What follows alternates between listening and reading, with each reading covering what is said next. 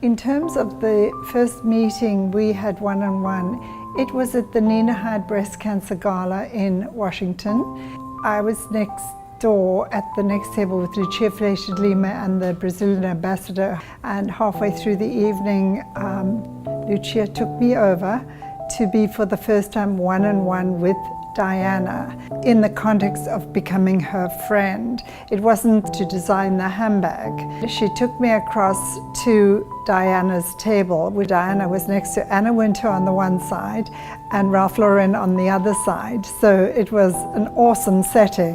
Lucia took me and said, "Diana, I have Lana for you." She looked at me and she beamed, and that's the picture we have of the two of us together, the first picture one-on-one.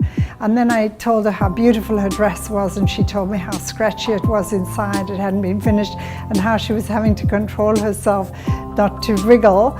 And we had a good little chuckle and smile over that. And then I said how amazing her hair looked. And it was extraordinary because she asked me for my number, that she could reach me the next day.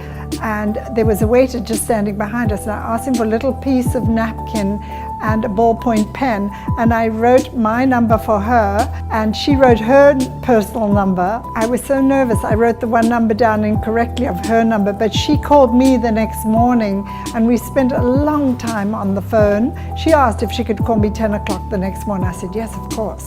I think I always had a unique sense of Diana's style. She was so much in the public eye and had evolved from a young girl into this regal figure, and I think she developed a magnificent style over the years. We used to send each other letters by courier, and she would send letters to me from either St. James's Palace or Buckingham Palace with DHL, and my letters to her would go with Federal Express.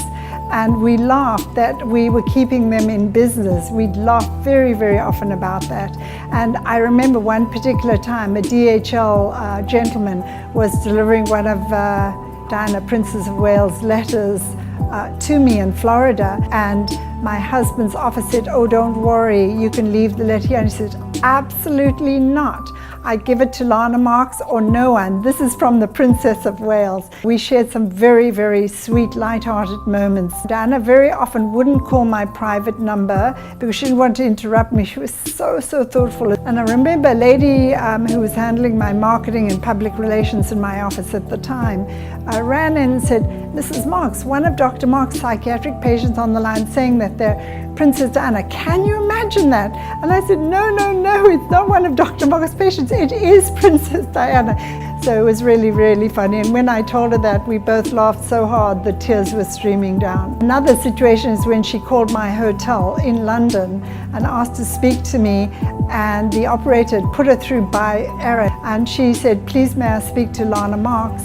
And the person said, "Nobody by that name is here. Who's calling?" And she said, "Princess Diana." And they said, "Yeah, likely story." Slammed the phone down. Again, she managed to get through to me, and we had such a good laugh.